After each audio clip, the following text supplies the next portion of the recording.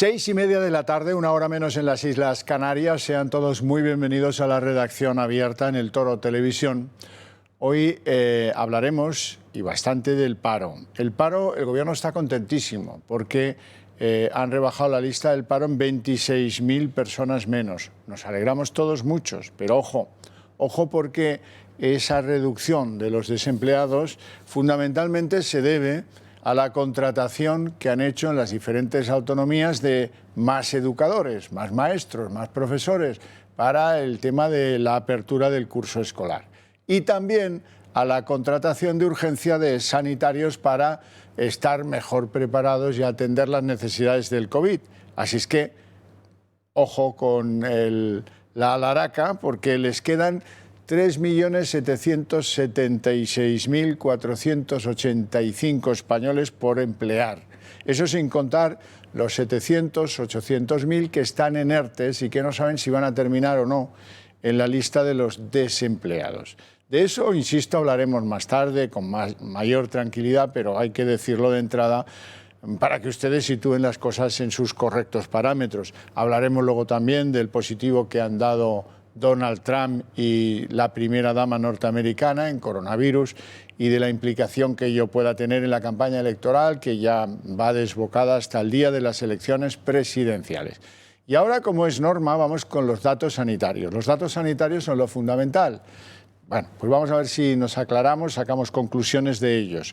Sanidad hoy informa de 11.325 nuevos casos y también de 113 fallecimientos. Bueno, ¿y Madrid? Se preguntarán. Bueno, pues les cuento. Madrid, según esos mismos datos del Ministerio de Sanidad, los oficiales, dice que hoy, en 24 horas atrás, Madrid declara 3.855 nuevos contagios.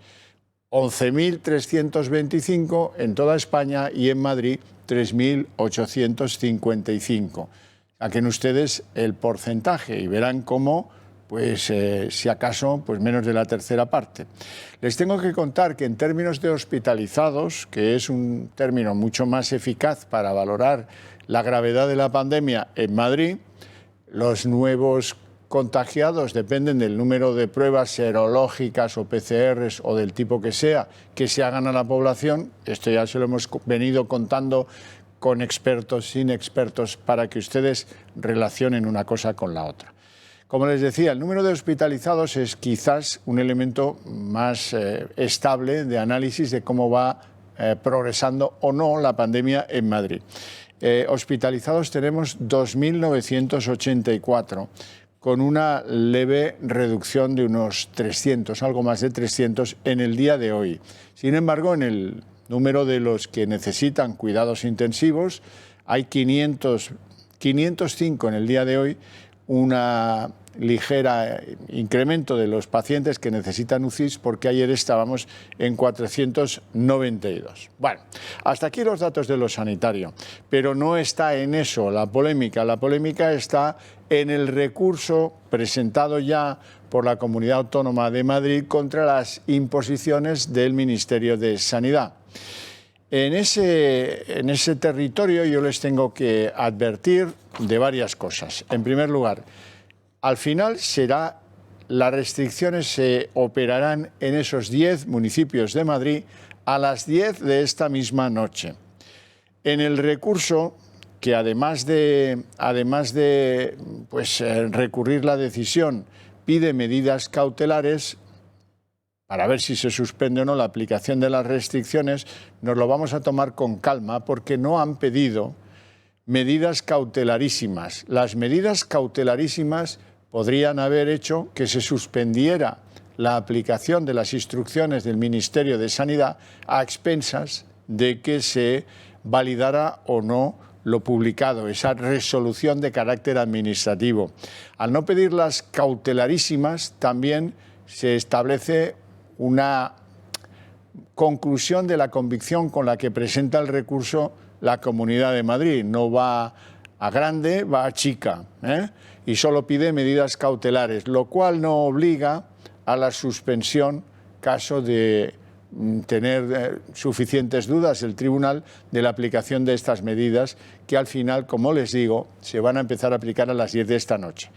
Hay una salvedad a los profesionales. A los profesionales se les permitirá el acceso a esos requerimientos de carácter profesional que les obliguen a hacer desplazamientos. Esa es una importante novedad. También se han establecido los criterios de las multas para todos los que vulneren las normas. Eso todavía no funciona. Las multas no van a empezar a actuar hasta que el Tribunal Superior de Justicia de Madrid valide la orden del Ministerio y las restricciones impuestas a 5 millones de habitantes de Madrid. Esas multas pueden llegar hasta 600.000 euros. Bueno, y ahora viene una reflexión.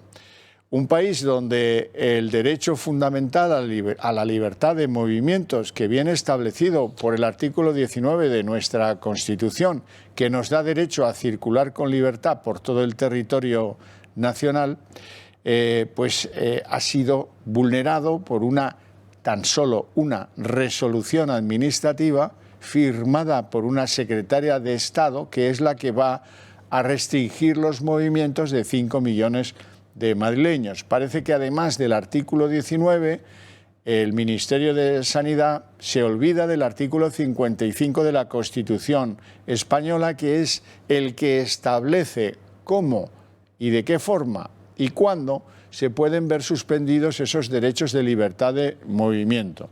En definitiva, unos políticos que decepcionan a la ciudadanía y un gobierno que se aparta o pone serias dudas del respeto a la legalidad vigente, porque se ha olvidado, ya les digo, por lo menos de 2 artículos de la Constitución.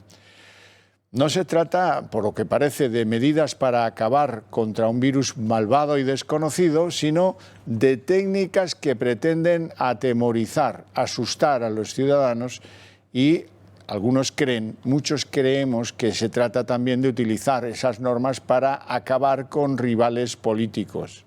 En este caso, para afectar la economía madrileña, para afectar con una cantidad de pérdidas considerable.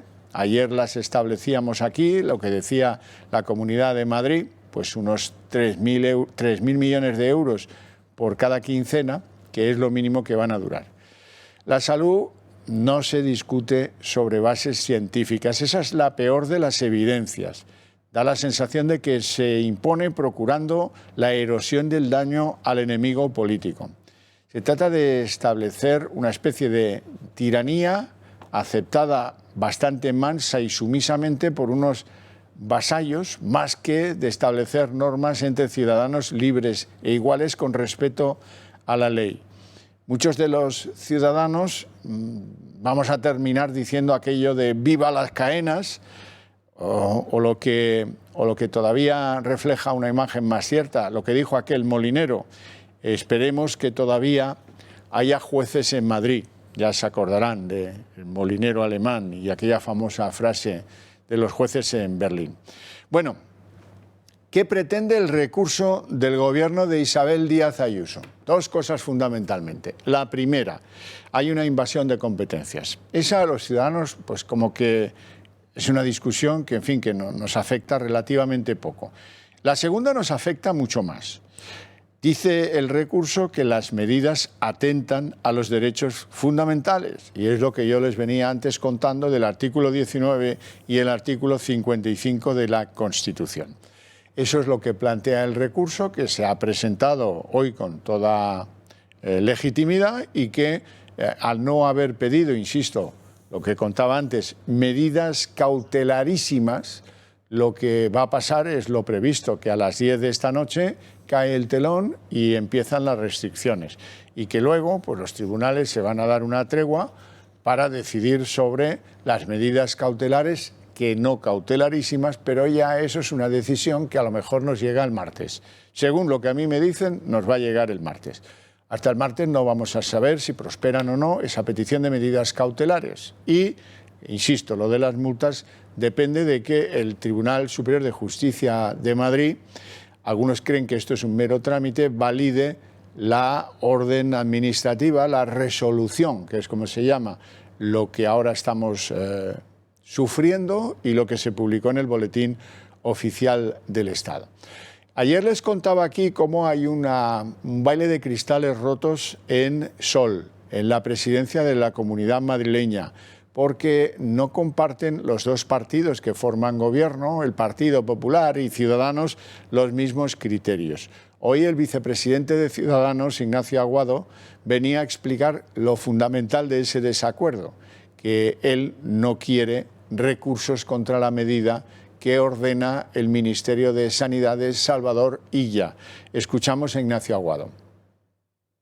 Y eso es lo que tenemos que hablar, cómo mejorar esos criterios, cómo adecuarlos a la realidad, en este caso, en concreto, de la Comunidad de Madrid. Pero por lo menos hemos conseguido algo que Ciudadanos lleva demandando desde el principio.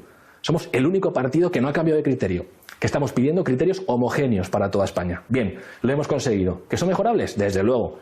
Y vamos a trabajar en ello.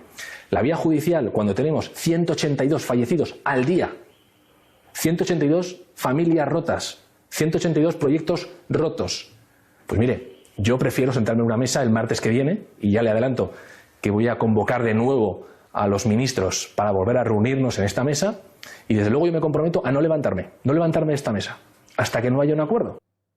Tal vez les resulte a ustedes útil comparar el grado de afectación por COVID que tienen las diferentes autonomías, la que más Madrid, desde luego, en los últimos 14 días. Esto es importante que ustedes lo conozcan. Esos son los datos, no incorporando los de hoy, los de los últimos 14 días. Y ahí pueden ver pues, que hay otras comunidades que están muy cerca de los datos de Madrid, caso de Navarra, por ejemplo. Bien. Pues hecha esta observación de carácter técnico, vamos a escuchar a los grandes artífices del recurso de la autonomía de Madrid contra la orden del Ministerio de Sanidad. De un lado, el responsable de lo judicial en ese gobierno, Enrique López, consejero de la Comunidad Autónoma madrileña. Lo primero que quiero decir antes de explicar las razones del recurso es pedir perdón.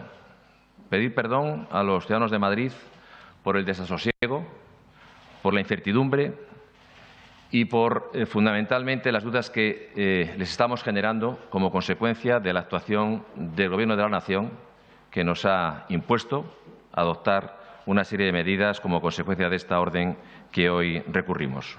Somos conscientes de esta zozobra que hemos generado y, en la medida posible, vamos a intentar paliarla. Precisamente por ello y como consecuencia de ello, hemos renunciado a adoptar medidas cautelarísimas que supondrían obligar a la Audiencia Nacional a adoptar una decisión en un plazo perentorio sobre si suspendía o no la aplicación de esta norma. Sobre bueno, este es un gesto que honra al gobierno de Isabel Díaz Ayuso, a Enrique López, pedir perdón a los ciudadanos porque verdaderamente la confusión generada es descomunal. Y la gente no entiende quién tiene razón y sobre todo no entiende cosas que deberían ser los políticos de Madrid los primeros que explicasen al personal y que no se hace. Se hace, pero no se hace. Queremos que nos cuenten cómo fue esa reunión entre el Ministerio de Sanidad y las comunidades autónomas. Queremos que nos cuenten, porque luego en privado sí lo cuentan. Los de Madrid, no mucho. Los de otras comunidades, los de Madrid, da la sensación que están electrizados, que no hablan para no romper más platos. En otras comunidades, con mayor ligereza, porque algunas de ellas, incluso habiendo apoyado las medidas del ministro Illa, reconocen que esa reunión, que duró apenas 2 horas, fue un trágala, en el que no hubo debate, en el que no se presentaron argumentos científicos técnicos. Luego dirán que presume de ellos Sánchez. No, fue puramente una imposición. Mire, esto es lo que vamos a hacer. Apenas se debatió. Desde luego no se presentaron instrumentos técnicos que permitan evaluar si va a ir mejor con un confinamiento o con unas restricciones mayores o si es discutible que eso alcance algún resultado en la contención de la pandemia. Ahora vamos a escuchar al consejero madrileño de Salud, Enrique Ruiz Escudero, que este sí acusa a Illa de sembrar el caos en Madrid, pero no explica el contenido que sería lo útil para los ciudadanos. ¿Cómo fue todo aquello? Sabemos que hubo un montón de comunidades que votaron en contra y sabemos que luego el Ministerio dijo, bueno, esto ha sido una decisión colegiada y pa'lante. Vamos a escuchar a Ruiz Escudero. medidas aplicadas están dando resultados y esa tendencia es favorable. Sin embargo, como saben, el Ministerio de Sanidad quiere aplicar sus propios criterios, sin consenso, sin diálogo. Tras 7 meses de inacción, ahora en 48 horas ha pasado a la imposición, tratando de sumir a Madrid en un caos que, desde luego, no merecen los madrileños. Al finalizar la votación que se produjo durante el Consejo Interterritorial del pasado miércoles, se comprometió ante 17 consejeros de Sanidad a trabajar en un documento en la ponencia técnica, pero a día de hoy no lo ha hecho. Y aquí llega el momento, el momentazo en el que Pedro Sánchez vuelve a insistir que todo lo que hace el Gobierno se guía por el interés común y los criterios científicos. El tío que viene de un Gobierno que nos ha hurtado a los expertos que tenía durante el confinamiento, que aún ahora no nos han presentado a esos supuestos expertos y que, plantea una reunión a través de su subordinado Illa con las comunidades autónomas sin documentos, simplemente con imposiciones. Eso es lo que algunas comunidades han aceptado y otras no, pero ha servido de poco. Sin embargo, como casi siempre sucede, Sánchez alardea de aquello que no es capaz de demostrar que tiene: el conocimiento científico, los criterios técnico-científicos. Pues él nada, ahí a presumir. Nosotros no valoramos los procedimientos judiciales que quiera abrir una u otra institución.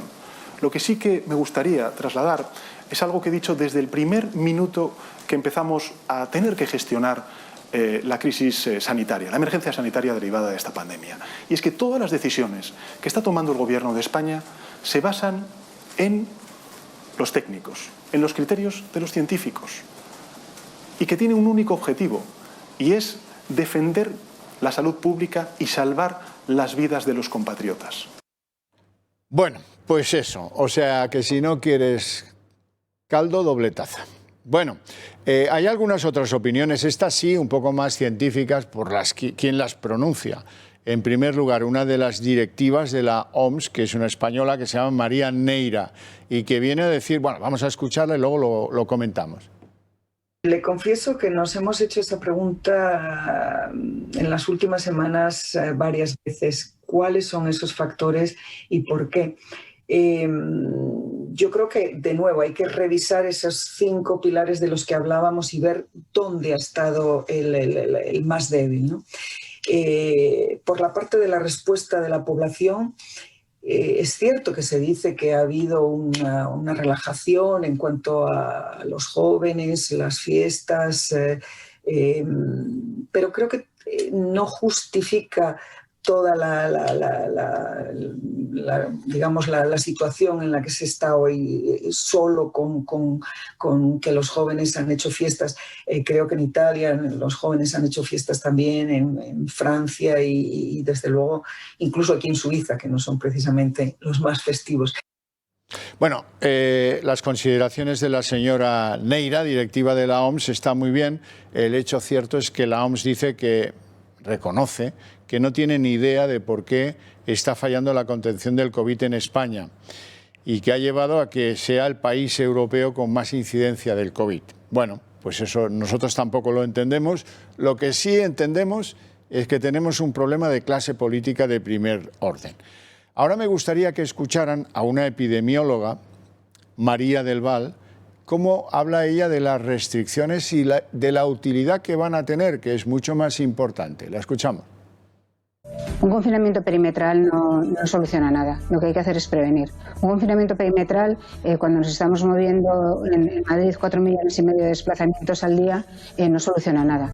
Es evidente que doña María del Val no forma parte de ese apoyo científico-técnico del que alardea Pedro Sánchez, porque de otra forma esto resulta que si no está probado que este confinamiento perimetral o estas restricciones de movimiento van a ser útiles en la contención, pues hay que aplicarlas.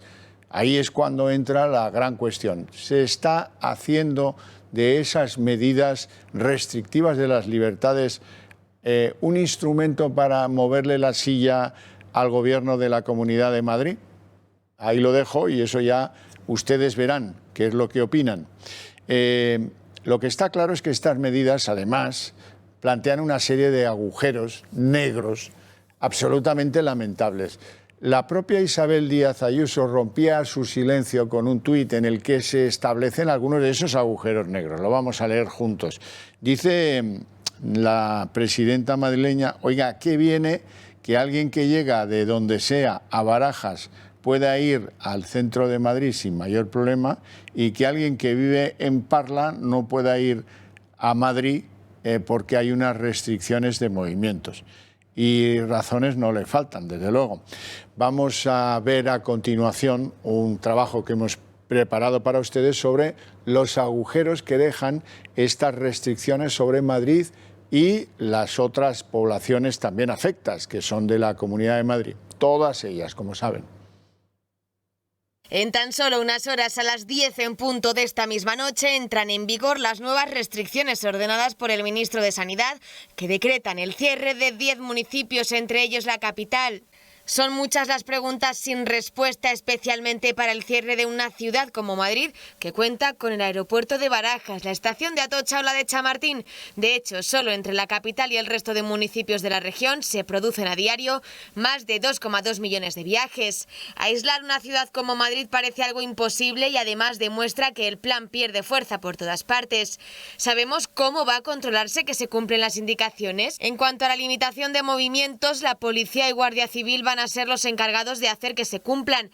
Habrá controles aleatorios con otros semipermanentes. Pero ¿cuántos efectivos se necesitan para controlar las entradas y salidas de la capital? Parece algo imposible. Otra cuestión sin resolver: ¿cómo se justificarán los desplazamientos o viajes? Interior, de momento, no va a sacar un modelo oficial de salvoconducto. Por lo tanto, en el aire está aún una de las cuestiones más importantes: otro vacío legal. Pues el 70% de los viajes que se realizan en Madrid diariamente son dentro de la capital y entre municipios de la corona metropolitana. A partir de esta misma noche, 4,5 millones de madrileños estarán confinados en sus municipios. Y la actuación del PSOE. Recuerdan de ayer a Carmen Calvo decir y chitón, y no más comentarios. Lo recuerdan, ¿verdad? Lo vimos aquí juntos. Luego por la noche se produjeron declaraciones todavía más insultantes del ministro José Luis Ábalos, el ministro de Fomento, diciendo que el gobierno de Madrid está utilizando a sus ciudadanos como rehenes. Esto no se les olvide.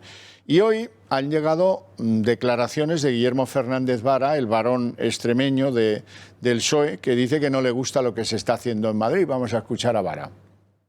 Ese es el problema que tiene, uno de los problemas fundamentales que tiene España ahora.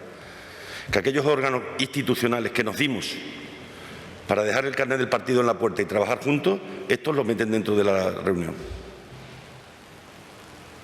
Por eso yo creo que hay un principal responsable aquí, que es Pablo Casado, que está llevando al Partido Popular a una pérdida de institucionalidad como no había ocurrido nunca. Ya digo, lo grave que ocurrió en el Consejo Interterritorial es que el ministro tuviera y se viera obligado a pedir votación. Eso no había ocurrido nunca. Pues a mí sí, fíjate. Vamos a ver. O sea que el gran problema de todo es que el PP no está en posiciones institucionales como estuvo antes. ¿Se acuerdan de lo de la viga en el ojo propio? Vale. Este no se acuerda de dónde estaba el PSOE. El PSOE de antes sí que estaba en posiciones institucionales. ¿O es que no se ha alejado don Guillermo, el PSOE, de las posiciones institucionales que tuvo antes? ¿Usted se imagina algún gobierno de Felipe González aprobando esto mediante el mediocre mecanismo de una resolución administrativa firmada por una secretaria de Estado? ¿Ese qué procedimiento es? Eso no es alejarse de las posiciones institucionales, convocar a las autonomías para imponerles un plan sin debatirlo, sin contrastarlo, sin ofrecer argumentación científica. ¿Eso no es violentar la posición institucional para con las autonomías? Es milagroso lo del tío de la vara, ¿eh? Como decía aquel, te falta vendimia, te falta mucha vendimia. Qué cosas, ¿verdad? Qué cosas. Bueno, y ahora les voy a ofrecer, dentro de un poco, les voy a ofrecer la posición que tiene Vox en Madrid, Rocío Monasterio, porque los de Vox han estado calladitos hasta ahora. ¿Qué es lo que opinan los de Vox? ¿Le dan la razón a Ayuso? ¿Se la dan al Gobierno? ¿Qué opinan de la crisis económica que va a tener Madrid consecuencia de estas medidas? ¿Qué opinan los de Vox de que confinen las libertades de movimiento de 5 millones de madrileños? Escuchamos a Rocío Monasterio. Vox va a presentar de forma inmediata medidas cautelarísimas para frenar el ataque de Sánchez y defender Madrid. Los totalitarios quieren imponernos unas medidas que pueden causar un perjuicio irreparable a todos los madrileños. No entendemos por qué la Comunidad de Madrid, el Gobierno de la Comunidad de Madrid, en el último segundo, considerando inapropiadas todas estas medidas, ha renunciado a presentar medidas cautelarísimas que podían frenar su entrada en vigor en las próximas 48 horas. Hoy estamos aquí por la inoperancia de algunos de nuestros políticos y la ineficacia del sistema autonómico. Desde luego, Vox no va a ahorrar ni un paso en la defensa de los derechos y libertades fundamentales de todos los madrileños. Menos confinar y más rastrear. Menos confinar, más rastrear, las medidas cautelarísimas, como ya les decía hace un rato, que se echan de menos esa petición, lo cual abre una duda de convicción sobre el Gobierno de Madrid, sobre, en fin, que está dividido, está roto, el de Ciudadanos no quiere, los otros lo hacen, pero no con la convicción que yo me esperaba, con una petición de adopción de medidas cautelarísimas para ver si eso se pone en pie, si eso es de recibo y se puede poner en pie o no. Bueno, hace unos días, ahora van a ver imágenes de la salida de Rodrigo Rato de la cárcel. Como saben, hace ya un par de días contamos que la Audiencia Nacional, después de su absolución en el caso llamado de la salida a bolsa de Bankia, Rodrigo Rato, que había cumplido el exigible cumplimiento de condena por el asunto de las tarjetas Black, pues ha salido de la cárcel, como ven ahí, con una pulsera telemática en aplicación pues del grado de semilibertad, que es como se llama esto, y también hay que recordar que tiene algún otro asunto con la ley pendiente, pero bueno, eso ya llegará cuando tenga que llegar. Ahora vamos a escuchar a Rodrigo Rato al salir de prisión. Muchas gracias por estar aquí y recibirme. En segundo lugar, que quiero agradecer a todos los funcionarios de Soto del Real su profesionalidad y su humanidad. Especialmente quiero referirme al padre Paulino y a las personas que le acompañan todos los domingos en la misa, que hacen una labor espléndida para todos los reclusos y todos los internos, así como para las ONGs con las que he podido colaborar mientras que he estado aquí, solidarios y también otras personas. Y sin duda quiero dirigirme y referirme a mis compañeros de Soto del Real y especialmente a los del módulo 10, en los que dejo muy buen recuerdo, espero, y ellos lo tienen en mí. Y les deseo a todos mucha suerte, justicia y libertad.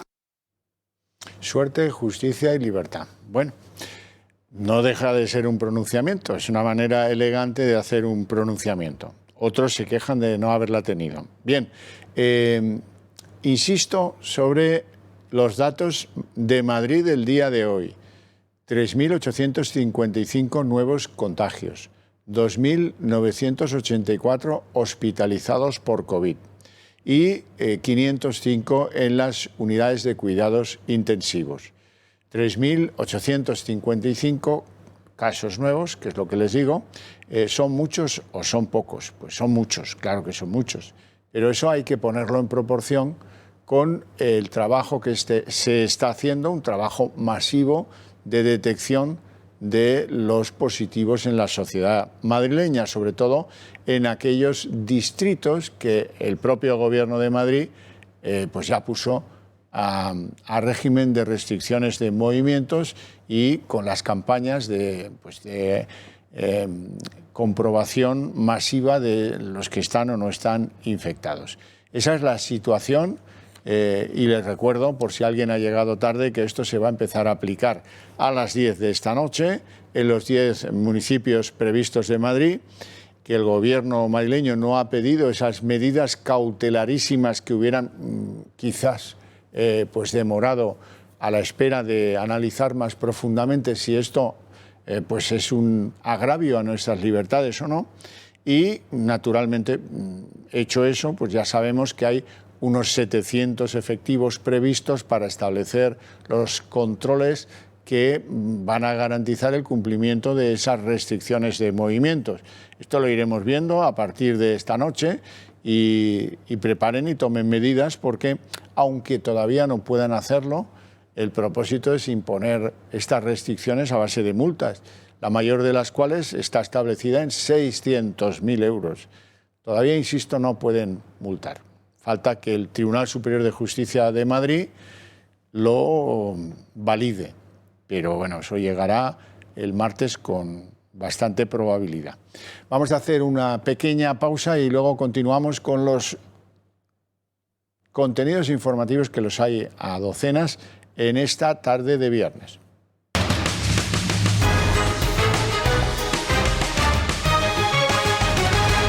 Ya me acompaña en esta tarde de viernes, previa a las restricciones de las 10 de la noche, don Antonio Alonso Timón. Muy buenas tardes. Buenas tardes, don Que Javier. es profesor de Derecho Administrativo en ICADE. Vamos a ver, lo primero de todo, ¿puede una resolución administrativa firmada por una secretaria, en este caso de Estado, allanar lo que podemos llamar nuestros derechos establecidos en el 19 de la Constitución, en el artículo 19 de la Constitución, el que fija la libertad de movimientos dentro del territorio nacional?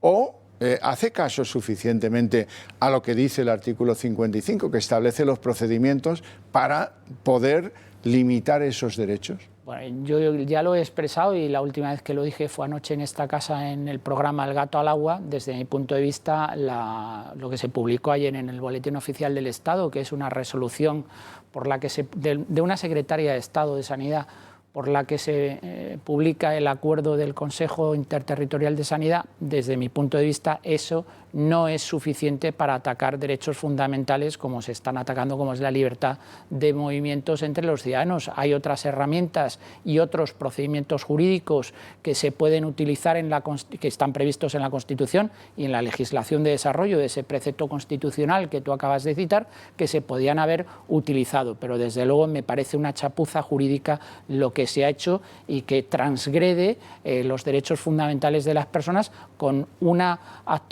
actuación administrativa que no es la acorde para llevar a cabo esa limitación de derechos. En pocas palabras, ¿usted le ve visos de que sea refrendado el recurso de la Comunidad de Madrid?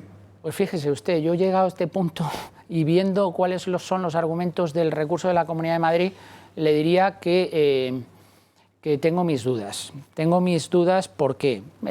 ¿Cuáles son los tres argumentos que utilizan el recurso de la Comunidad de Madrid? El argumento económico de que este confinamiento de Madrid va a causar graves perjuicios a la economía madrileña. Bueno, ahí lo que tiene que hacer el tribunal es una ponderación de los intereses en juego, es decir, intereses económicos, intereses de salud, pero yo dudo que ese argumento sea atendible.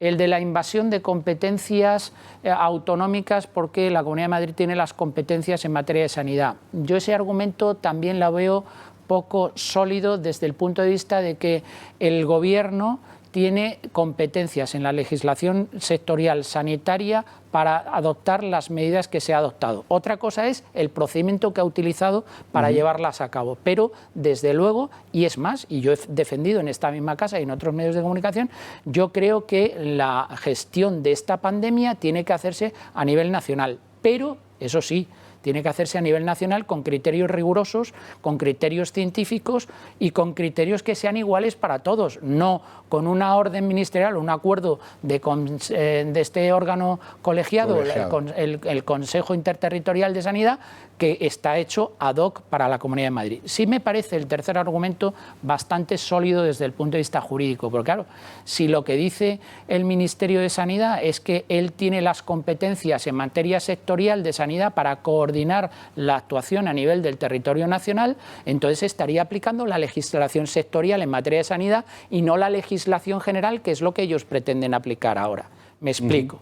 La controversia jurídica está en saber si hay que aplicar el 151.2 letra de la Ley 40/2015, es decir, la ley del sector público, que dice que los acuerdos de conferencia sectorial, cuando el Estado está ejerciendo competencias de coordinación en una materia, se pueden adoptar perfectamente sin el consenso de las comunidades autónomas y son de obligado cumplimiento para aquellas que incluso hayan votado en contra, o hay que aplicar el artículo 73.2 de la Ley 16/2003 de calidad y cohesión del Sistema Nacional de Salud, que dice que estos acuerdos de este órgano, del Consejo Interterritorial de Sanidad, se pueden adoptar por consenso y que además revestirán la forma de recomendación y no de acuerdo. Desde mi punto de vista, habría que aplicar la legislación sectorial, es decir, el debate jurídico que es ley especial frente a ley general.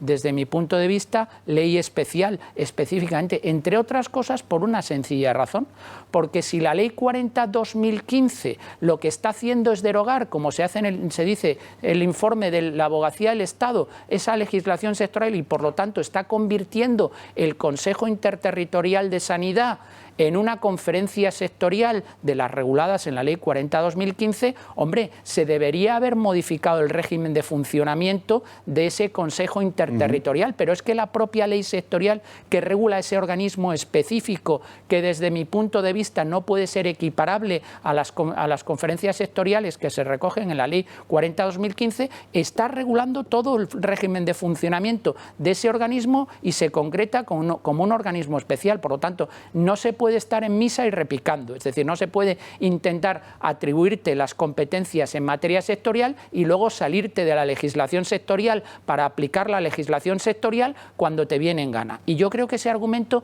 sí que es sólido, porque además ni siquiera la ley sectorial dice que se aplicará supletoriamente la ley del sector público para el régimen de funcionamiento de este órgano específico como es el Consejo Interterritorial de Salud, con lo cual yo creo que ese es un argumento bastante sólido. Aquí se han intentado invadir competencias por la vía de aplicación, por la vía de este acuerdo de conferencia sectorial, cuando es un órgano que no es una conferencia sectorial y que no es asimilable a la conferencia sectorial. Ese argumento jurídico es bastante sólido, el resto no. Y luego hay otra cosa que comentábamos aquí, Javier, que a mí me ha sorprendido y me comentabas que a ti también te ha sorprendido, que es que la Comunidad de Madrid no haya solicitado las medidas cautelarísimas. Yo, desde luego, ayer, cuando intervenía en varios medios de comunicación y en esta casa, defendí que yo creo que la Comunidad de Madrid debería haber pedido las medidas cautelarísimas del 135 de la Ley de la Jurisdicción Contencioso Administrativa. ¿Por qué?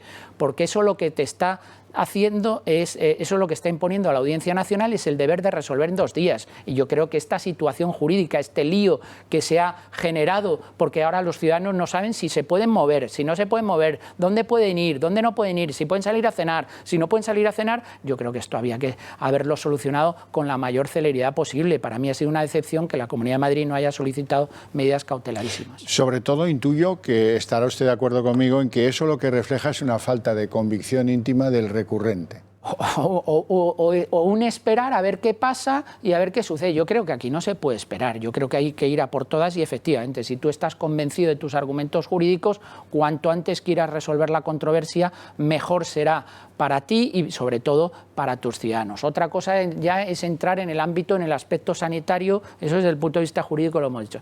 En el aspecto sanitario yo creo que en el recurso, eso también se dice en el recurso de la Comunidad de Madrid y estoy bastante de acuerdo con ello. Las medidas que se adoptan por el Ministerio de Sanidad tienen una incoherencia interna corporis, o sea, no parece muy razonable que tú cierres Madrid y que permitas la movilidad de los ciudadanos dentro del territorio del término municipal de Madrid, una ciudad de más de 3 millones de habitantes, con lo que estás propiciando que las probabilidades de contagio entre los ciudadanos sean mucho mayores. Me parecen más efectivas las medidas que había adoptado hace un par de semanas la Comunidad de Madrid. Dice, no, oiga, usted no puede salir de su área básica de salud para reducir la movilidad entre los ciudadanos. Yo creo que estas medidas que adopta el Ministerio de Sanidad creo que son menos eficaces y en ese sentido lo pone de manifiesto el recurso de la Comunidad de Madrid y creo que es verdad y ahí tendrá que ponderar el tribunal también la eficacia de esas medidas. Don Antonio Alonso Timón, que además de ser un jurista reputadísimo, pues tiene cosas que son muy llamativas. Le tengo que felicitar a usted porque el otro día... ¿Ser del Atleti? No, eso todavía no. Porque una joven exalumna suya me pidió que lo hiciera público, que le felicitara, porque dice que usted fue el mejor profesor que tuvo durante la carrera. Pues, y así lo hago. Pues muchísimas gracias a esa alumna y le devuelve el saludo y hasta le da un beso de mi parte. No, eso ya es en la época de las mascarillas, poca broma. Bueno, hay uno que no va a sufrir las restricciones de los 5 millones de habitantes de la Comunidad de Madrid que nos afectan a todos nosotros a partir de las 10 de la noche. Se trata de Pedro Sánchez. Pedro Sánchez hoy estaba muy estresado y se ha alargado al balneario de La Toja, como lo oyen. Y ahí está, viéndolas de lejos. Bueno, don Antonio, con su venia, quiero recoger un elemento clave de la actualidad internacional y lo voy a hacer con don Ron Aledo, que es exanalista de la CIA y buen amigo de esta casa. Buenas tardes, Ron. Uy, no te oigo. Vamos a ver si recuperamos el sonido de nuestra conexión. La cuestión es, mientras los compañeros técnicos intentan que te podamos escuchar. Hola, ¿me oyes ahora, Ron? Yo lo escucho a usted, ¿me escucha usted? Perfecto, perfecto. Ahora sí, todos nos escuchamos. Bueno, la cuestión fundamental.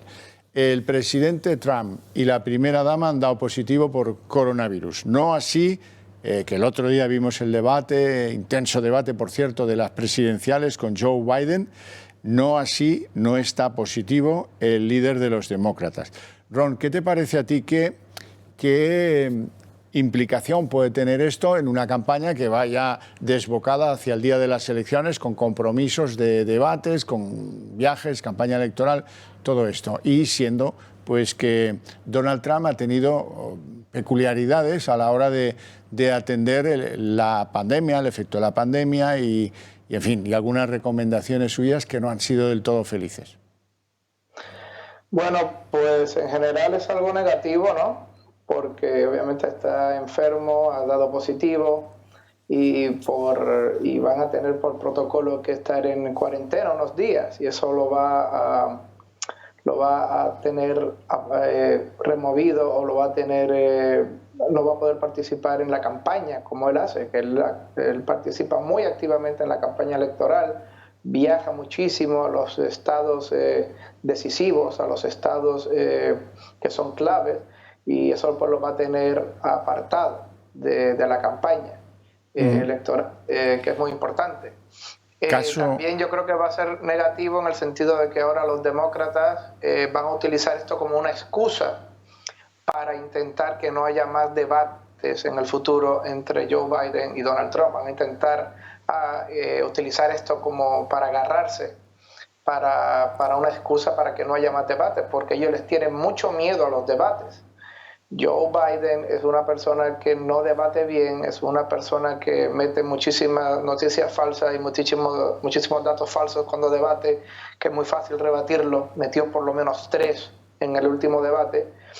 Tienen miedo a que los demócratas tienen miedo a que él se demuestre infirme mentalmente, que sus condiciones mentales no sean buenas, y por eso no quieren que debata más con Donald Trump y van a utilizar esto como una excusa. La cuestión es que pues Donald Trump tiene 74 años, si yo no me equivoco, y si su salud empeorase, cosa que pues con ciertas edades puede ocurrir, la Constitución norteamericana tiene una solución prevista de orden que no pare la administración en favor del vicepresidente, pero ¿se puede parar una campaña electoral? Yo no creo que se pueda parar una campaña electoral por esto, ni se vayan a parar las elecciones por esto. Yo creo que el protocolo ahora mismo es simplemente que esté en confinamiento. Bueno, se nos acaba de parar la conexión con Aledo. Bueno, vamos a ver si la podemos recuperar. ¿Qué lío puede venir aquí? Bueno, un lío importante, sí. La verdad es que los procesos electorales, no solo en Estados Unidos, sino en Francia, como hemos visto en Europa, o incluso en España, donde se han tenido que aplazar las elecciones en Galicia y en el País Vasco, con esto de la pandemia, los procesos electorales están pendientes de un hilo en todo momento. Yo creo que la campaña electoral norteamericana entraba en la fase decisiva. Creo que el debate el otro día entre los dos candidatos fue un debate un poco áspero y el siguiente íbamos a ver por dónde iba a transcurrir. queda muy poquito y esto prácticamente le saca de la campaña electoral a Donald Trump, entre la cuarentena que tiene que guardar y el poco tiempo que queda para la celebración de las elecciones.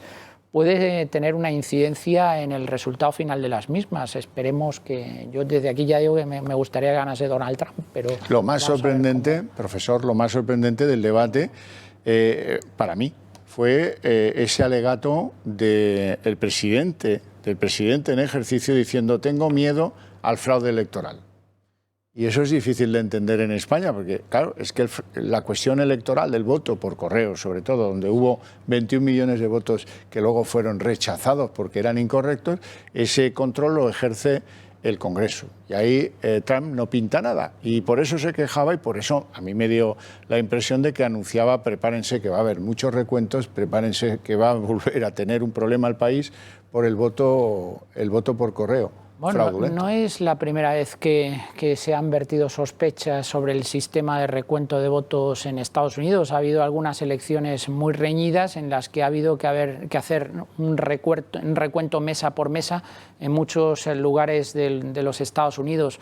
Hombre, yo quiero pensar que las elecciones en un país que es la primera potencia mundial y que tiene un sistema democrático bastante consolidado van a ser limpias y que no va a haber fraude electoral, pero desde luego hay que estar ojo a visor porque los resultados electorales en los últimos años pueden estar condicionados por muchos factores y lo hemos visto, por el factor de las redes sociales, por el factor de hackeo de otros países, etcétera, etcétera. Por lo tanto, yo creo que los miembros de los dos partidos políticos, tanto el Partido Republicano como el Partido Demócrata, van a estar muy pendientes de cuál es el recuento electoral. Tenemos ya de nuevo comunicación con Ron Aledo, al que le tengo que hacer una pregunta antes que nada. ¿Qué quedó de todas aquellas investigaciones a propósito de los votos por correo falsos en diferentes estados donde fueron detectados una cantidad impresionante de voto falso? ¿Ha habido imputaciones? ¿Hay gente que está sometida a procesos judiciales por eso o se quedó en el aire?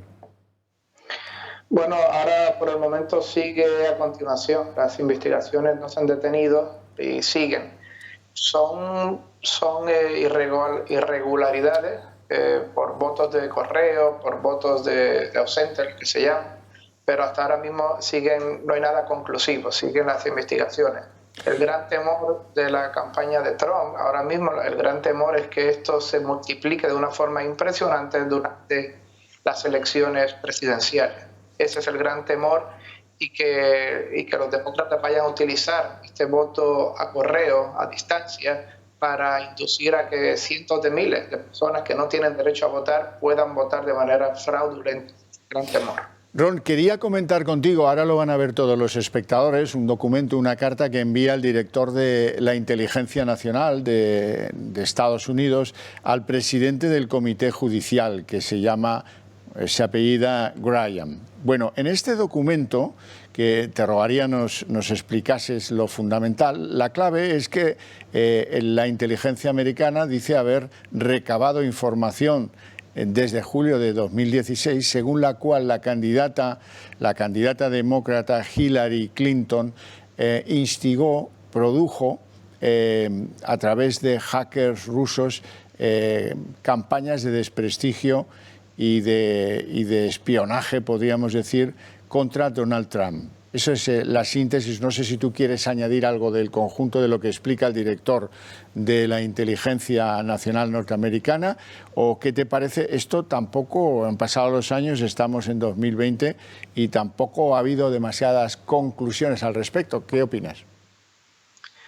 Bueno, esto tiene que ver con la investigación que está haciendo el Senado. El Senado de Estados Unidos está controlado por el Partido Republicano, por el partido de derecha de Trump. Y ellos están haciendo una investigación, el Senado, Lindsey Graham, de la Comisión de lo Jurídico del Senado, están haciendo una investigación de todas las irregularidades que pasaron en el FBI y en el Departamento de Justicia cuando se investigó a Donald Trump, la famosa trama rusa, que todos pudimos ver al final que era solamente una falsedad absoluta. Y están tratando de ver el grado de corrupción, el grado de politización del FBI y del Departamento de Justicia bajo Obama, que fueron los que comenzaron esta investigación de la supuesta trama rusa. Pero aquí se señala específicamente a Hillary Clinton. Sí, lo que está diciendo ese documento es que el famoso dossier Steele, que fue lo que comenzó, lo que dio paso a la investigación de la trama rusa, ese famoso dossier que también está comprobado una falsedad, que lo recomendó la campaña de Hillary Clinton, fue quien recomendó y empujó ese dossier para que se hiciera público, para que se hiciera llegar a los medios y llegara al FBI. Entonces, lo que está pasando simplemente es que están viendo la raíz al inicio de esta investigación, y creo que va a seguir adelante por los próximos meses. Y si hubo corrupción y si hubo politización del sistema judicial y del sistema investigativo. Bueno, pues muchas gracias a Ronaledo, le despido ya porque se encuentra muy lejos y los internets van como van. Don Antonio, vamos a ver el cómodo papel de Pedro Sánchez después de haber dado un puñetazo en la mesa y haber instigado a algunos de su administración a actuar de una manera, podemos decir que torticera, con Madrid. Sí, esto no es exagerar. Torticera, luego veremos si pues los tribunales deciden que eso se lo echan abajo y lo tienen que hacer de otra manera. Pueden hacerlo de otra manera, pero de esta manera no. ¿Qué dice Sánchez antes de irse al balneario de La Toja? Pues lo que van a oír a continuación. En fin, aquellos partidos políticos que no entiendan que la política está para dar soluciones y no para crear problemas. Aquellos partidos políticos que utilicen la pandemia de nuevo para dividir, para confrontar, para polarizar a la ciudadanía, tienen que ser conscientes de cuáles son las consecuencias de ello. Porque las consecuencias de ello es la antipolítica. Y la antipolítica no beneficia a nadie salvo a un espacio político bien definido que es la ultraderecha. Esta es la reflexión que me gustaría hacer a aquellos que tienen las veleidades de utilizar esta pandemia con criterios partidistas y no precisamente con unos criterios que obedezcan al interés general, que es lo que quiere el conjunto de la ciudadanía. Esto es fantástico, porque uno tiene 50.000 muertos. No reconoce más que 27.000. Y eso no es antipolítica, eso no genera desafectos para con el sistema de partidos. Vamos a ver, es muy difícil encontrar un dirigente político del cinismo de este señor, o sea, un señor que representa un gobierno que ha apostado por la radicalidad política, por la ruina económica, por la barbarie jurídica y por la división social, que se permita el lujo de realizar estas declaraciones cuando fue hace justo hoy 11 días a la Comunidad de Madrid en plan presidente, bueno, en plan jefe de Estado del planeta Tierra, con banderas, etcétera, etcétera, a darle el abrazo del oso a Isabel Ayuso para inmediatamente después celebrar una rueda de prensa conjunta en la que parecía que todo era peace and love, y estaba preparando ya la operación de intervención y de desembarco en la Comunidad de Madrid para limitar el ejercicio de los derechos de los ciudadanos de la Comunidad de Madrid. De verdad que es que no tiene límites, este señor no tiene ningún límite. Yo no sé hasta qué punto va a llegar el cinismo de este señor, que lo único que ha hecho desde que ha llegado al poder es arruinar este país, dividirlo socialmente y abrazarse a independentistas y a terroristas, a filoterroristas, con los que está llevando a cabo una política desastrosa a todos los niveles. Yo de verdad que no salgo de mi asombro y cada día me sorprenden más algunos dirigentes políticos. Este ya no me sorprende porque conocemos... Este carece absolutamente de factores inhibitorios. Totalmente. Bueno, hoy hay al hilo de lo que decía usted, de los acercamientos, hoy hay una noticia que afecta a Marlaska, al gobierno de Pedro Sánchez, que ha decidido de una tacada acercar a 6 terroristas de ETA a cárceles vascas. Es el mayor envío o el mayor traslado que se hace de una sola vez. Bueno, pues las víctimas, ¿saben lo que dicen las víctimas del terrorismo? Que ya están en centros penitenciarios del norte de la península el 53% de los presos etarras. Y con esto lo que quiere es congraciarse con los amiguetes de Bildu y en cierto modo también del PNV. Mira, Javier, en esta vida es muy importante la dignidad. Entonces tú puedes no ser ministro del Interior y conservar tu dignidad, o puedes ser ministro del Interior y perder la dignidad. Este señor ministro del Interior ya hace mucho tiempo que ha perdido la dignidad. Y hay que recordar que este señor ministro del Interior fue juez, es juez de carrera, en su profesión es juez, y ha sido juez en el País Vasco. ¿Cómo cambia la vida? Sí. De estar luchando en la judicatura. Y puntuaba alto, ¿eh? Y puntuaba alto, efectivamente, y era un juez que tenía un cierto prestigio, que yo ya, a resultas de la ejecutoria que tiene como ministro del Interior, no sé, este prestigio que te venden algunas veces de algunas personas, yo no tengo el placer de conocerle, o la desgracia de conocerle personalmente, pero sinceramente yo creo que ya ha cruzado bastantes líneas rojas y que si tuviera un poquito de dignidad y un poquito de coherencia con su trayectoria profesional, hace mucho tiempo que debería haber salido del gobierno, o incluso el presidente del gobierno, si fuese... Lo peor que se puede decir de Marlaska es aquella intervención suya en la que forzó a un coronel de la Guardia Civil a cometer un delito. Es que es una de tantas. La última es la intervención que tuvo esta semana en la sesión de control al Gobierno en referencia a la Ley de Memoria Histórica, diciendo que cuando se utiliza la Ley de Memoria Histórica para hacer una redistribución del callejero, quitando calles a personajes que yo no entiendo cómo pueden tener una calle en Madrid como Largo Caballero o Indalecio Prieto, pues dice que eso es una utilización torticera de la Ley de Memoria Histórica. Es decir, cuando la utilizan ellos está muy bien utilizada, pero cuando se utiliza para el sentido contrario, entonces eso ya no se puede utilizar. De verdad, señor Marlaska, hágaselo mirar porque la dignidad tiene un límite. Sí, la verdad es que sí. Bueno, hablemos un poco de la operación Kitchen. Hoy hemos tenido una sorpresa en ese sentido. Declaraciones de Jorge Fernández Díaz, el ministro del Interior, uno de los grandes pivotes sobre los que se sustancia pues la acusación en la operación Kitchen, a propósito de lo que el secretario, el número 2 del Ministerio, Paco Martínez, se fue a ver a un notario y allí hizo depósito de una serie de comunicaciones, seguramente porque debió pensar, hombre, si a Bárcenas le ha pasado lo que le ha pasado con la financiación del partido, a mí me puede caer una bien gorda por hacer lo que estaba haciendo, que es todo el espionaje en casa de Bárcenas, con el cura de la pistola, con el chofer, con el ordenador, con todas las cosas que hoy conocemos. Lo sorprendente es que Fernández Díaz dice que ni envió ni recibió los mensajes que ahora le implican con el espionaje a Bárcenas. Es decir, el señor ministro dice que todo lo que ha contado Paco Martínez a él no le consta, que él ni le escribió ni recibió los mensajes de Paco Martínez, lo cual es un poco pues, difícil de creer, ¿no? Pero tenemos un resumen de lo relevante del caso Kitchen, que acabará siendo ese perro incómodo que terró el tobillo a Pablo Casado y al Partido Popular de hoy. Vamos con él. Cuando le preguntan por el ascenso de Villarejo para entrar en la operación Kitchen... ¿Y no sabe quién?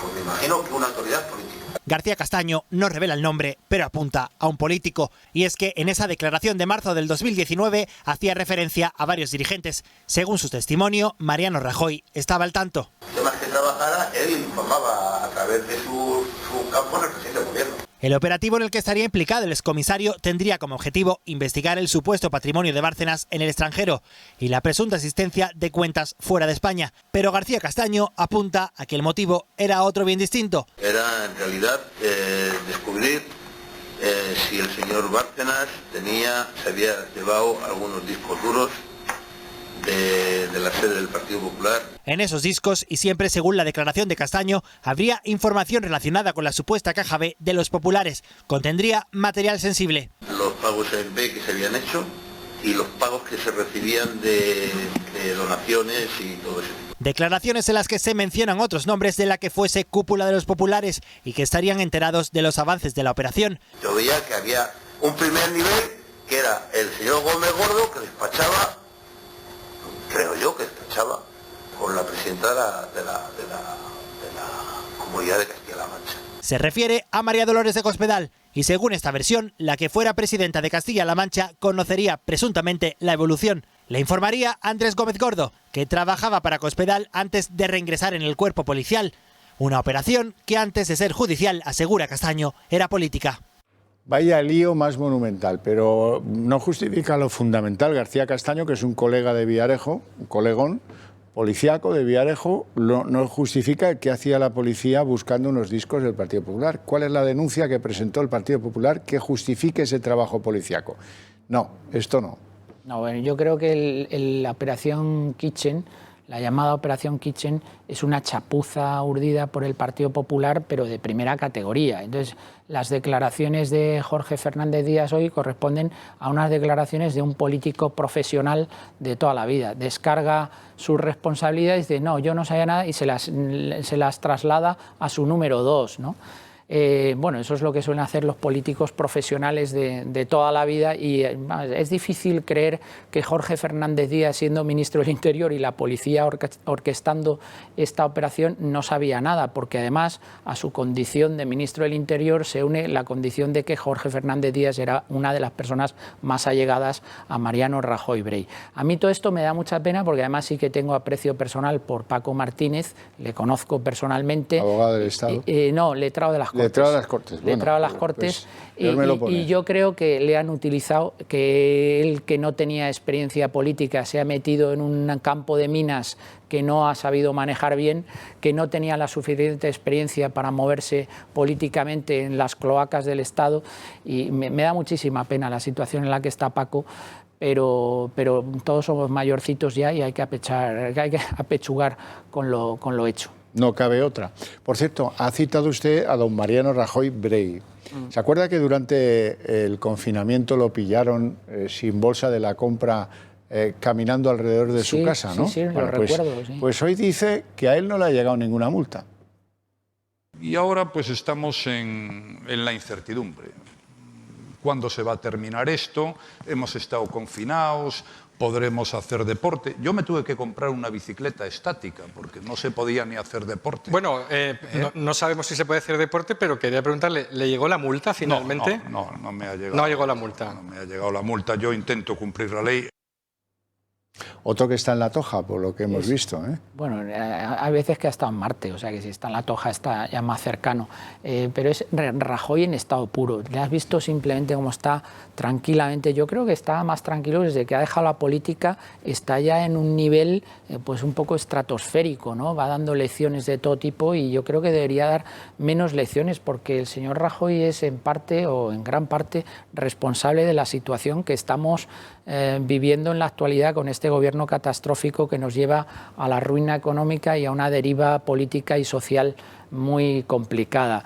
Él estuvo de presidente del gobierno 7 años, prácticamente 7 años, 2 legislaturas, una legislatura con mayoría absoluta, y no fue capaz de hacer ninguna de las reformas estructurales que este país necesitaba para revertir alguna de las situaciones catastróficas que se habían iniciado a nivel político y a nivel social con José Luis Rodríguez Zapatero. A mí me da mucha pena que Mariano Rajoy Brey nos vaya dando lecciones ahora de las cosas y que se vaya de rositas cuando su gestión en la cabeza, siendo presidente del gobierno en una alta magistratura como esta, pues desde mi punto de vista no ha sido buena. Sobre todo el final, su salida de la política en aquel bar de whiskies. Si ya nos ponemos a analizar las últimas 24 horas de su mandato... Es que esas son con las que yo sueño. Pero son 24 horas que reflejan muy bien la personalidad de Mariano Rajoy Brey.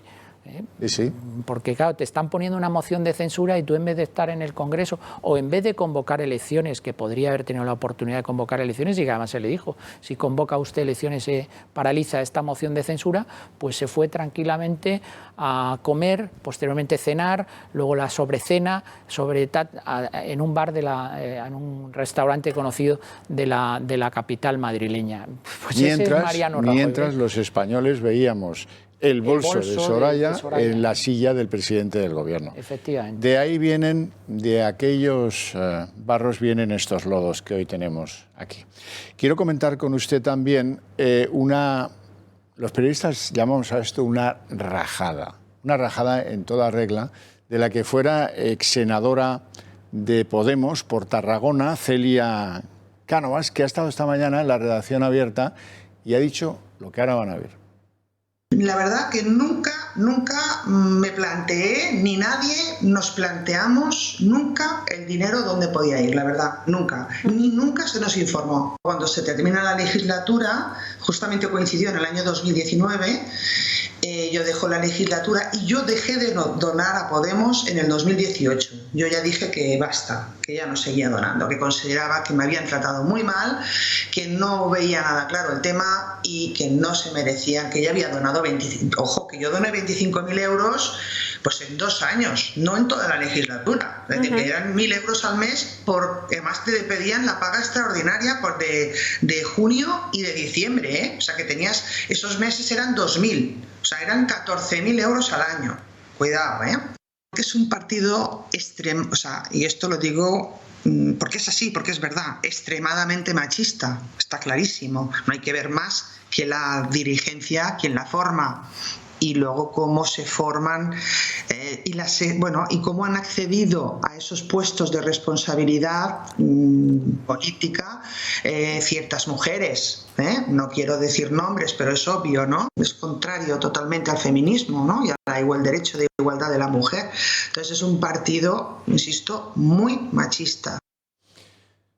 Vaya tela. Por cierto, esta señora hay que decir que ganó unas primarias para presentarse como número 1 de la lista de Podemos, pero que como no era de la camarilla de los leales al líder carismático Iglesias, pues dijeron, no, sí, bueno, sí, pero tú no, y la orillaron, y de ahí el cabreo que la lleva ahora a querer ser parte en el procedimiento del juzgado de instrucción 42 del juez Escalonilla, ese que analiza todo lo que ha ido a contar a la justicia, primero a la Guardia Civil, luego al juzgado, nada más y nada menos que el abogado principal de Podemos, José Manuel Calvente.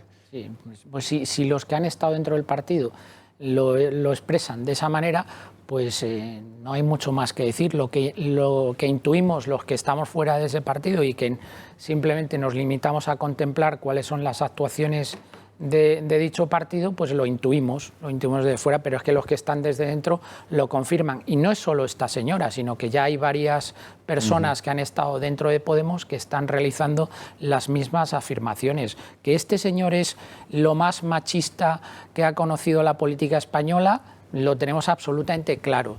Que este señor es el más clasista de la política española, lo tenemos absolutamente claro. Y que este tipo ha hecho muchas golferías que ahora están siendo juzgadas en los distintos tribunales y que probablemente alguna de ellas le dé un disgusto más pronto que tarde, pues yo creo que sería justicia divina. Ahora, con los 20 y tantos mil euros que ha donado esta ex senadora de Podemos, yo creo que se ha podido construir, por lo menos la caseta del perro ahí en Galapagar puede haberse construido. Y poner algunos enanitos de esos del jardín. Bueno, esta señora pues ha sido senadora por Tarragona del partido Podemos, y lo que manifiesta pues es una forma de blanquear buena parte del dinero que por la vía de este sospechoso crowdfunding o de algunas aportaciones que puedan haber tenido de algún sitio, gobiernos extranjeros tal vez, pues se va blanqueando pues por la vía de certificarle a la persona, que esto además yo creo que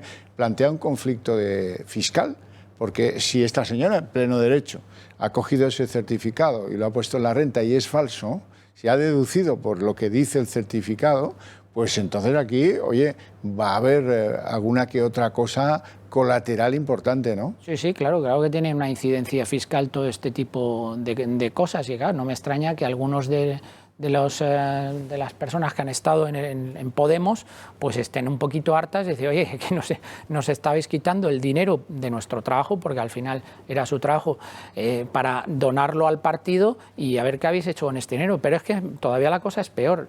Yo no sé si recuerdas, Javier, las declaraciones de este líder supremo de Podemos, del que están hasta el moño todos los que han estado en Podemos, diciendo en algún programa televisivo que él nunca cobraría más de 2.000 euros, que era indecente cobrar tanto dinero, que en su país, mientras mucha gente estuviese cobrando 1.000 euros, no sabemos qué país es, si se refería a Venezuela o se refería a España, pero que mientras en su país la gente cobraba 1.000 euros, él no podía estar cobrando 4.000 euros. No cobra 4.000 euros, cobra cerca de 10.000 euros. Y es muy interesante la reflexión que hace esta senadora acerca de cómo han accedido a determinados cargos políticos determinadas mujeres representantes de ese partido muy concretas. No ha querido decir ella nombres, yo tampoco voy a decir nombres, pero creo que todos sabemos a quiénes nos estamos refiriendo. Prueba más del machismo indiscutible que ejerce este sujeto a todas horas. La azotaría hasta sangrar, dijo el gran líder carismático de Mariló Montero, y ese es uno de los asuntos que conocemos gracias al famoso móvil de Dina Busselham, una señora también que ascendió con una enorme velocidad dentro de Podemos, que se convirtió, dice él, en su secretaria. Ella dice que es asesora, que fue asesora en el Parlamento Europeo, y que muchos creen que tiene que ver con el Reino de Marruecos o con, digamos, la inteligencia del Reino de Marruecos, que le pudieron colar ahí a alguien cerca a ese partido y que su objetivo pues era a lo mejor hacer que cambiara Podemos con el asunto del Frente Polisario, que ha cambiado Podemos respecto del Frente Polisario de manera bastante curiosa, por cierto. Vamos a hacer una pausa de publicidad y luego usted y yo, don Antonio, vamos a hablar con alguien de los que en primera persona va a sufrir con esas restricciones de movimientos que afectarán a partir de esta noche a todos los madrileños. 2 minutos nada más.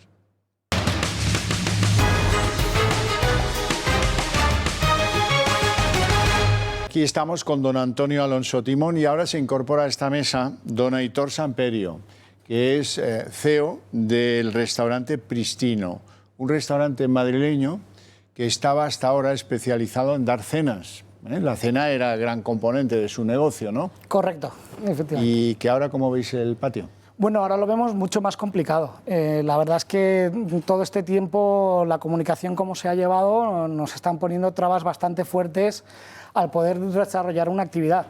Y son trabas, son zancadillas que ya veníamos renqueantes y con estas zancadillas en el modo de la comunicación como se ha realizado, tanto en las medidas tomadas, nos lo pone mucho más difícil. Hay clientes que se quejan de esta imposibilidad de atenderles pues más allá de las 10 de la noche. Sí, evidentemente es un poco extraño que las medidas se tengan que aplicar desde hoy a las 10 de la noche, por lo tanto los clientes que ya habían hecho su reserva hace varios días, este fin de semana ven la imposibilidad de poder disfrutar una cena normal.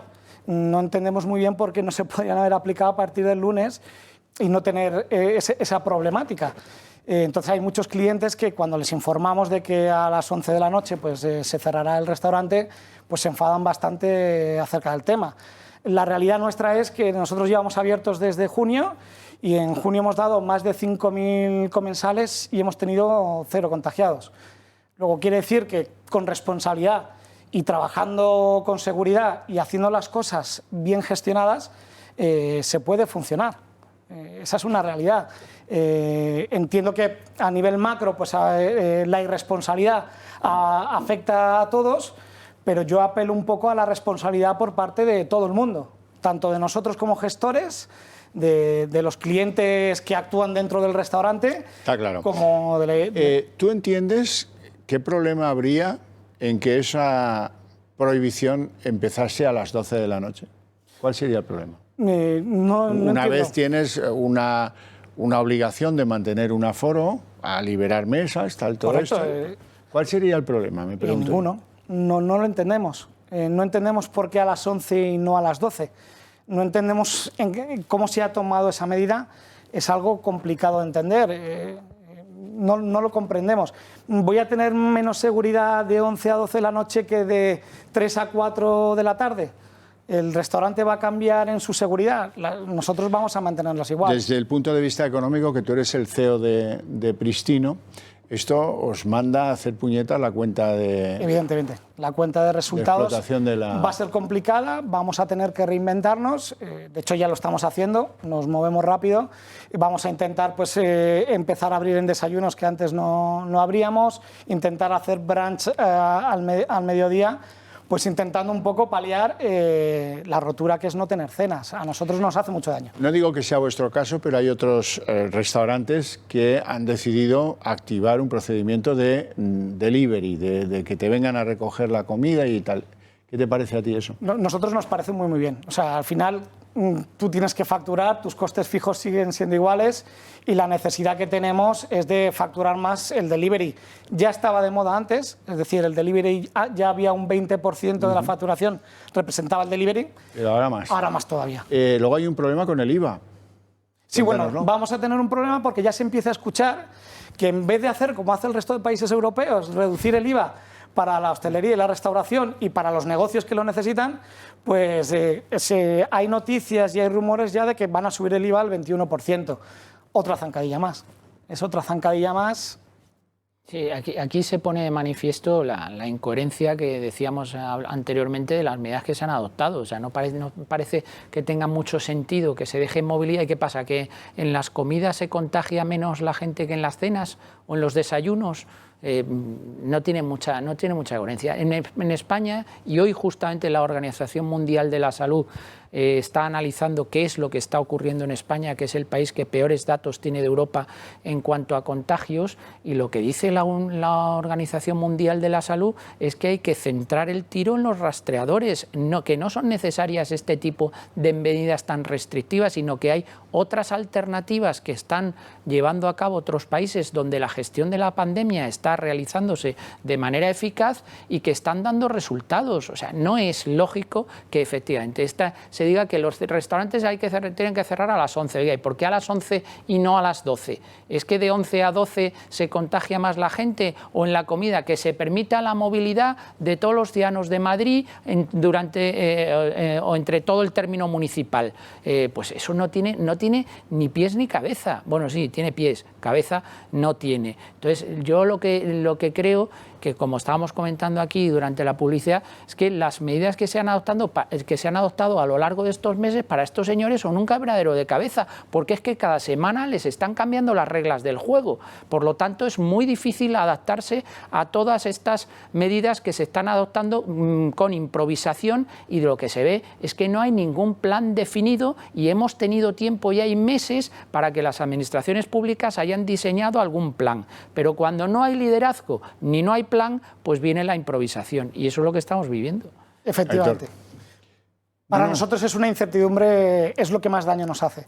Es decir, esa incertidumbre de no ver luz al final del túnel y de no ver que se está gestionando de una manera responsable y profesional, esa incertidumbre a nosotros nos tiene, la verdad, la cabeza mal, porque nosotros sí gestionamos profesionalmente. Y planificáis. Y nosotros sí planificamos, y nosotros en septiembre ya tenemos todo planificado, y cuando se hizo la reapertura planificamos las medidas de seguridad. Hicimos una inversión potente en lo que es sobre todo limpieza de aire en las zonas internas. Hicimos una inversión para tener las mejores medidas de sanidad.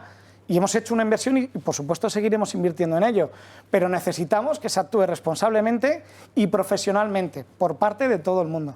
Y se necesita sobre todo que las administraciones públicas, ya sea a nivel estatal, a nivel autonómico, a nivel local, no descarguen toda la responsabilidad en los ciudadanos y entonces trasladen su ineficiencia hacia medidas limitativas de movilidad y de todo tipo hacia los ciudadanos. Oiga, ya está bien, gestione usted mejor y no descargue toda la responsabilidad en los ciudadanos, porque usted tiene gran parte de responsabilidad de lo que está sucediendo en este país. Y adopte usted unas medidas alternativas que en otros países se han demostrado eficaces y que aquí no se están adoptando. Me hace mucha gracia que el Ministerio quiera cerrar Madrid cuando no ha hecho ni un solo PCR ni ha controlado el aeropuerto de Barajas, por ejemplo. Mira, ahí está otro de los agujeros negros que señalaba Isabel Díaz Ayuso. Tú puedes llegar en avión de Shanghái e irte a Parla, pero si vives en Madrid no puedes ir a Parla, ¿eh? Sí. Pues es difícil de entender. Coherente. Difícil de entender. Eso por no hablar de que pues demuestre usted que tiene controlado que ha habido infectaciones en bares y restaurantes. Si quiere lo comparamos con los que dicen haberse infectado en el metro, o en el tren, donde no hay medidas, en las estaciones no hay ninguna medida, o en el avión, donde van en jardineras así, al avión o a la terminal cuando vuelven de viaje, ¿no? O en los botellones a las 12 de la noche, en vez de estar en sitios seguros, como son los restaurantes y los lugares de ocio. O sea, luego viene el cachondo del ministro de Fomento, que buena parte de este asunto pues la podría resolver si quisiera, y lo que se limita a decir es que el Gobierno de Madrid usa de rehenes a sus ciudadanos, que los usa de rehenes porque el malvado Partido Popular está en ser anticonstitucional. Lo de Ábalos, en fin, espero que algún día explique lo de Delsi, que no lo ha hecho, y espero que algún día pues tenga que pagar por ser así de politicastro en el peor sentido de la palabra, ¿no? Bueno, los restaurantes, algunos se están cerrando, ¿no? Están cerrando muchos. En Madrid están cerrando muchos restaurantes y, de hecho, de las asociaciones de restauración reclamamos una ayuda hacia la restauración. A día de hoy lo único que se ha hecho es dar acceso a la financiación, pero eso no es ninguna ayuda. Nosotros lo pagamos. Pero ayudas a la restauración no está habiendo. Solo está habiendo mucha traba, nos lo ponen complicado y nosotros tenemos muchas ganas de hacer las cosas bien y tenemos muchas ganas de seguir siendo lo profesionales que hemos venido demostrando como país durante todos estos años, tanto dentro del turismo como dentro de la restauración. Lo que pasa, querido amigo, lo que pasa es que los hábitos de los ciudadanos son un problema, porque lógicamente la gente dirá, anda ya, yo tengo que ir a cenar ahí y marcharme corriendo a las 11, pues no voy a cenar, ¿no? Y ese es el verdadero asunto, que esos hábitos, si se cambian, recordarán todos lo que pasó con el fútbol, ¿no?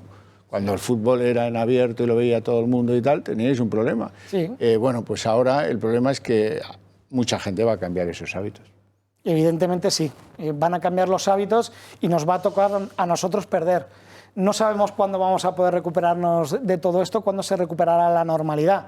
Tanto el teletrabajo ha hecho mucho daño a la hostelería, porque evidentemente tanto las medidas que se están tomando de movilidad está haciendo muchísimo daño, y lo malo es que no vemos ninguna medida que nos apoye, que nos empuje, que nos intente dar alas para seguir a flote.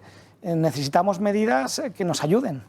Me extraña porque el presidente del gobierno dijo que nadie se iba a quedar atrás en este país. Pues, y además estamos en un gobierno progresista, por lo tanto yo creo que todo el mundo progresa en este país adecuadamente. Claro, pero las restricciones de movimientos, vamos a ver, si el problema son los botellones, persíganse los botellones. Bien, eso es comprensible. Pero si todo el mundo está obligado a ir por la calle con mascarilla y eso se considera pues seguro para todos a las 12 del mediodía, ¿por qué no se va a considerar a las 12 de la noche? Claro. Que, vamos a ver. Es que es absurdo completamente. O sea, lo que se está haciendo en este país, por eso estamos como estamos, claro, por eso somos el país que peor estamos gestionando de la pandemia y por eso somos el país que económicamente más ha caído de todos los países de nuestro entorno. Es que las cosas no son por casualidad, sino porque, como muy bien dice este señor, y luego se critica al sector privado. Ya quisiera el sector público, y no voy a decir la administración pública, digo los políticos, ya quisieran actuar los políticos con la profesionalidad que actúa el sector privado en este país. A mí lo que me da muchísima rabia, y lo digo muchas veces, es el talento que tenemos en este país y cómo se desperdicia. Eso es lo que me da rabia, porque tenemos una clase política que no es profesional y que no gestiona profesionalmente. Y en este país el sector privado se ha comportado en su inmensa mayoría con muchísima responsabilidad y actúa con muchísima profesionalidad. Bueno, una resolución administrativa firmada por una secretaria de Estado va a terminar con la libertad de movimientos de 5 millones de habitantes. Eso solo pasa en España, con unos argumentos que a uno le llevan como a Buñuel a decir aquello de viva las caenas, porque al final resulta que quieren apalearnos, darnos una paliza y meternos el miedo en el cuerpo. Terminamos ya. Les agradezco mucho su presencia aquí. Les recuerdo a todos que el Club de Amigos de Intereconomía está esperando su llamada porque vamos a tener que defender nuestras libertades y nuestros derechos. Y entonces es cuando van a saber cuán necesario es un medio libre que se rompa la cara por ustedes. Así es que ahí está el teléfono, también la web, también el correo electrónico para que se pongan en contacto y nos ayuden a defender eso en lo que usted cree, esos sueños de futuro que tiene derecho a tener. Gracias.